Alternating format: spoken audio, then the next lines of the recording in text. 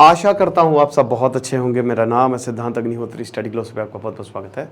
ये Karnataka high court का एक अच्छा डिसीजन है, बहुत अच्छा डिसीजन है भाई। देखो, आदमियों के लिए रूल्स हैं नहीं, जो कि एक ख़तरनाक बात है। अभी इस केस में ये साबित हुआ है, हम बात करेंगे।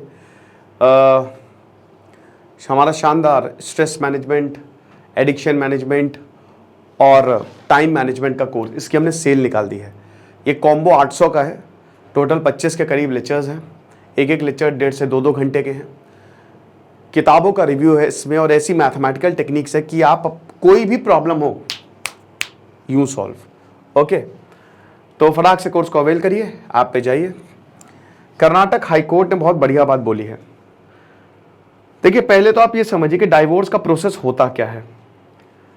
हम शादी करते हैं, इसको मैरिज रजिस्टर करवाते हैं, ठीक है।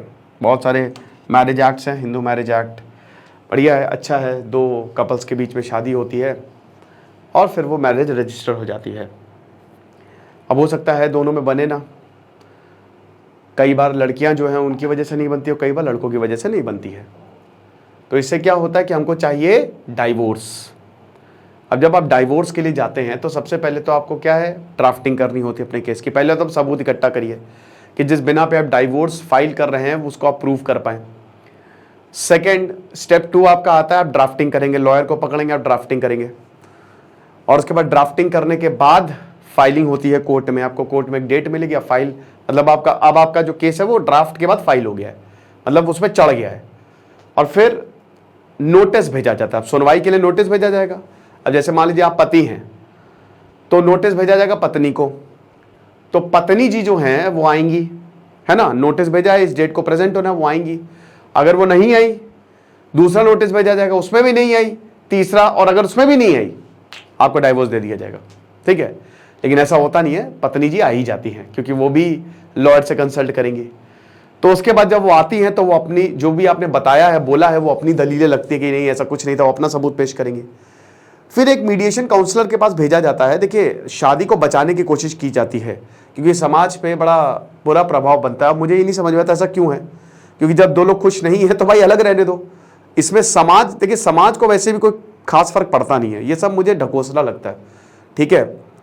समाज ऐसे तो पंचायत वाली चीज़ों में तो आ जाएगा आगे, लेकिन जब आप परेशान होंगे तब वो आगे नहीं आता। ये समाज ही जो है वो लोगों को आगे बढ़ने से रोकता है। कुछ बड़े प्रोग्रेसिव समाज होते हैं वो तो आगे बढ़ने देते, लेकिन बहुत कई बार ऐसा होता है कि समाज आपको आगे ही नहीं बढ़ने देगा और आपकी जो बातें हैं उसमें बहुत खुड़ पैच। आप देख लीजिए ना, आप अपने इर्द गिर्द देखिए, आप मीडिया पे देखिए जो ट्रायल होते हैं किस तरीके से, ठीक है। एनीवे, तो उसके बाद ये मतलब यही चाहता है कि शादी टूटे ना, किसी तरीके से शादी बचाई जाए। तो फिर आपको 6 महीने का टाइम दिया जाता है।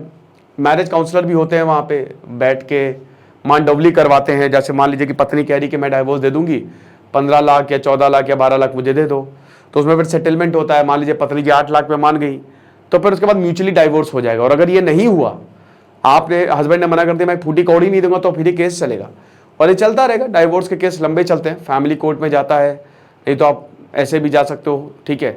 और फाइनली डाइवोर्स तो मिल ही जाता है, एलिमनी भी देनी पड़ सकती है। एलिमनी वैसे 90% केसेस में आपको एलिमनी देनी ही पड़ती है, पत्नी को खर्चा देना ही पड़ता है। तो वही है। अब यहाँ पे 2007 में शादी हुई, 2012 में 5 साल बाद डाइवोर्स का केस आ गया।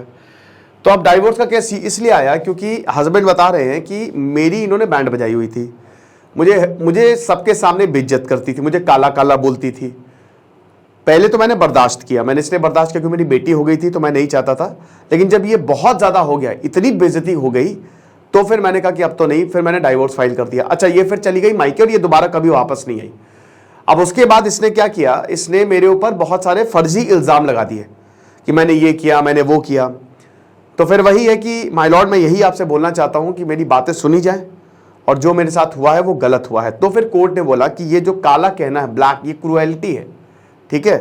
अगर चाहें तो हस्बैंड इसी पे ही, क्योंकि अब कोर्ट ने बोल दिया केस ठोक सकते हैं और सजा हो सकती है। तो ये पहली बार कोर्ट ने माना है कि अगर हस्बैंड को ब्लैक कह रहे हैं, हस्बैंड को आप रंग भेदी टिप्पणी कर रहे हैं, तो this is amount to cruelty. समझ रहे हो। और इसीलिए कर्नाटक हाईकोर्ट ने तुरंत डाइवोर्स दिया है।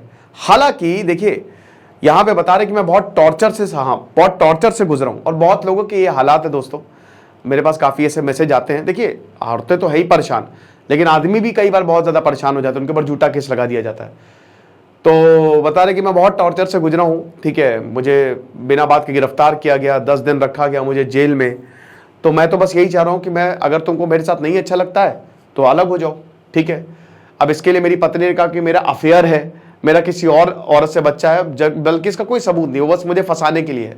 तो कोर्ट ने इन सारी बातों को माना है। आप सोचिए 2012 का केस जो है वो 11 साल बाद जाके उसको डाइवोर्स मिल रहा है। तो फाइनली हस्बैंड को डाइवोर्स दे दिया है, अब हस्बैंड अलग। लेकिन यहाँ पे सबसे बड़ी बात यह है कि कोर्ट ने बोला है कि बेटा काला कहोगे तो काला कौवा काट खाएगा, यानी कि जेल जाओगे। यानी कि जेल तो नहीं, मतलब यह है कि अगर काला कहोगे तो क्रूएलिटी है, तो आप सही नहीं कर रहे हो। तो ये छोटा सा लेक्चर था, मुझे लगा आपको बताना चाहिए, क्योंकि भाई बड़े कम केसेस होते हैं मर्दों के लिए। जैसे जॉनी डेप का एक केस था, जॉनी डेप का जो केस सामने आया और जॉनी डेप को उसमें जो जीत मिली, वो सबके लिए एक मिसाल है ना। तो stress management, addiction management, time management का एक शानदार कोर्स आप जरूर अवेल करें, आपको बहुत ज़्यादा फायदा होगा। Thank you so much.